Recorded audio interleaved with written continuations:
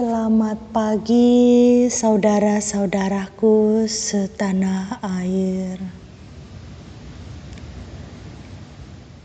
Renungan hari ini adalah tentang dorongan kemarahan.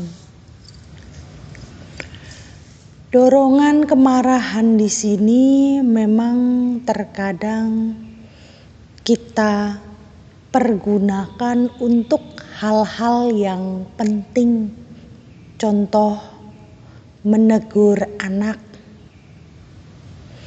karena nilainya kurang bagus.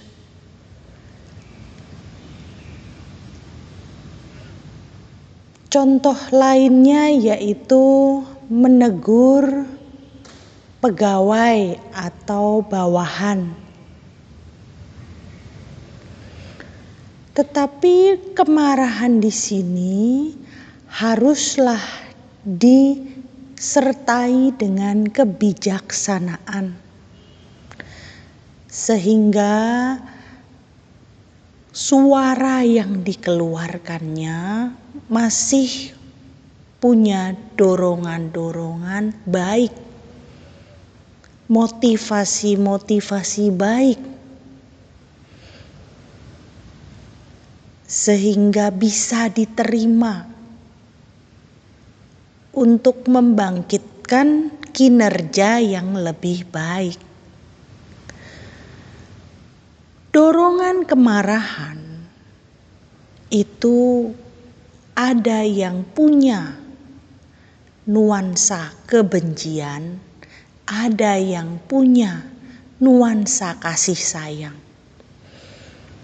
Contoh, orang tua saya, mami saya, suka menasehati suami saya, menantunya, supaya habis makan jangan tidur.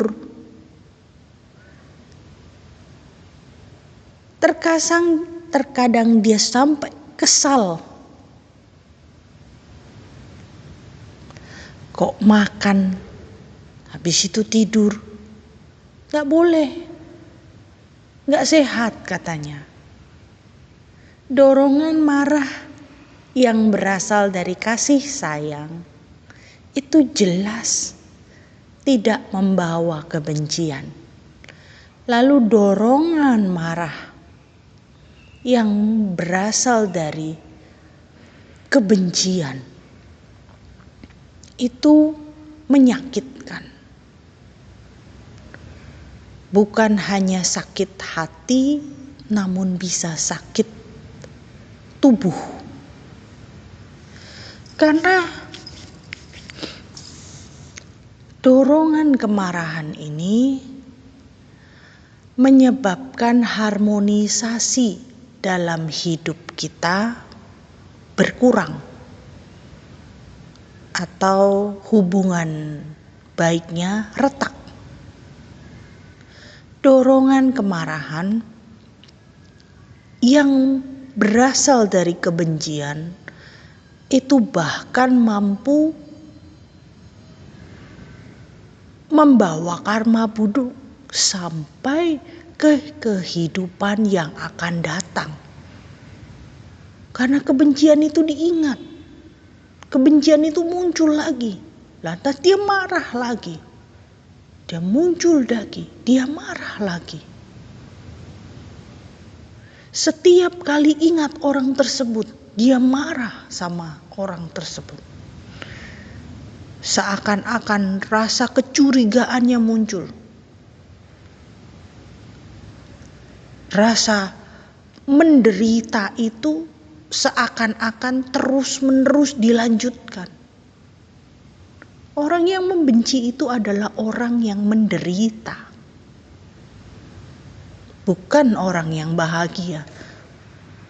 Kalau kita mendoakan orang semoga semua makhluk hidup berbahagia, termasuk diri sendiri, berarti kita harus mengurangi kemarahan yang perlu, yaitu kemarahan yang berasal dari kebencian. Kemarahan yang berasal dari kebencian ini biasanya itu terhadap saingan bisnis, saingan di kantor, selingkuhan, ataupun orang-orang yang pernah mengecewakan hati kita, orang-orang yang pernah menipu kita.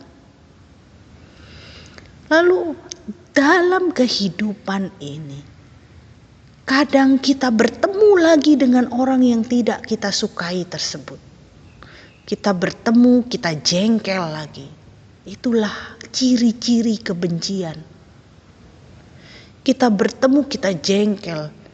Sudah jengkel, mengulang di dalam pikiran perbuatan-perbuatan orang tersebut. Diingat lagi. Padahal orang tersebut tidak sedang melakukan perbuatan yang di masa lampau dilakukannya.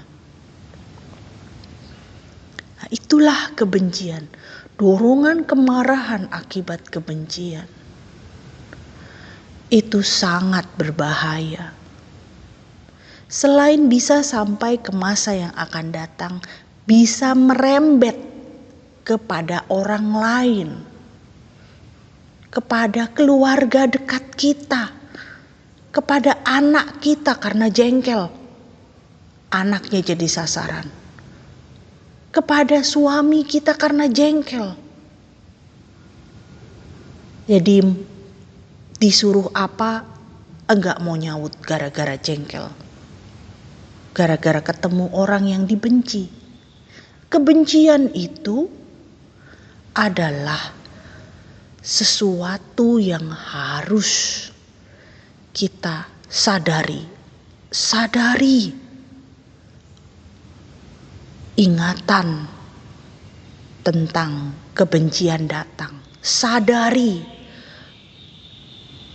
kalau ingatan tentang kebencian itu datang, berusaha kita menyadari sebentar, lantas melihat orang tersebut. Cobalah untuk tersenyum, cobalah untuk menyapa, cobalah untuk mendekat kepada orang tersebut.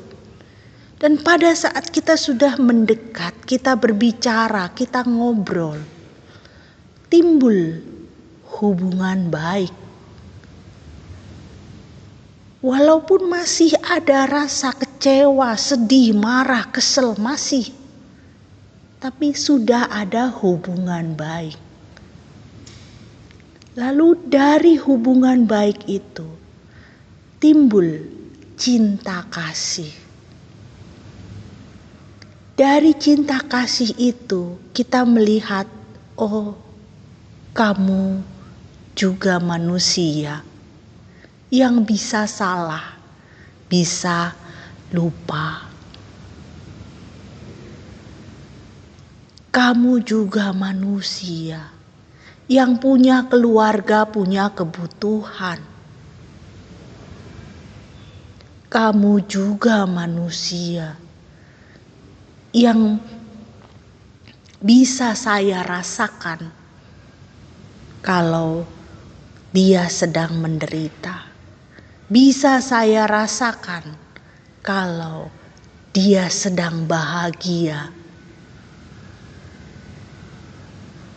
Oh, karena hal itulah perasaan ini mengerti mengapa dia melakukan hal itu.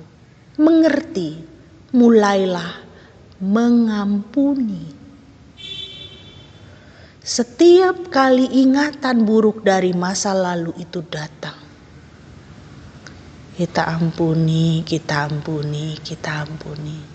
Setiap kali kita berbicara dengan dia, kita mengingat masa lalu, tapi kita terus mengampuni. Dan setiap kali kita mengampuni, kita melepaskan kebencian, kita merelakan orang itu hidup bahagia, seperti kita fungsen, yaitu melepas satwa, mengharapkan satwa itu hidup bahagia, lepas dari karma buruknya.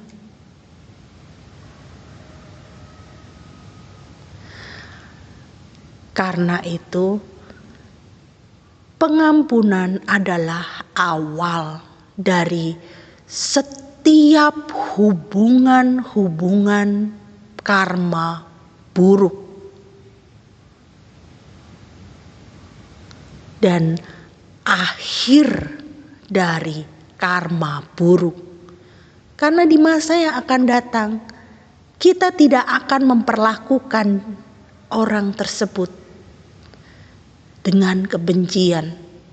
Karena di masa yang akan datang, kita tidak akan mencelakai orang tersebut seperti dia sudah melakukan hal buruk terhadap kita. Kita ingin mengakhiri karma itu sekarang.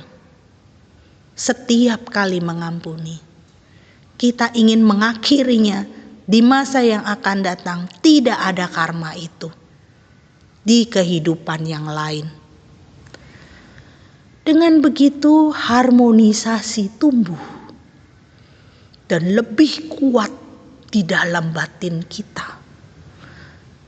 Tumbuhnya harmonisasi yang kuat di dalam batin kita akan menyatukan banyak kepandaian, banyak pemikiran. Tumbuhlah yang namanya orang baik, disebut orang baik. Sabesata Bawantu Sukitata, semoga semua makhluk hidup berbahagia, ayuwano sukang balang, sehat selalu, panjang umur, rezeki lancar, dan harmonis. Sadu, sadu, sadu.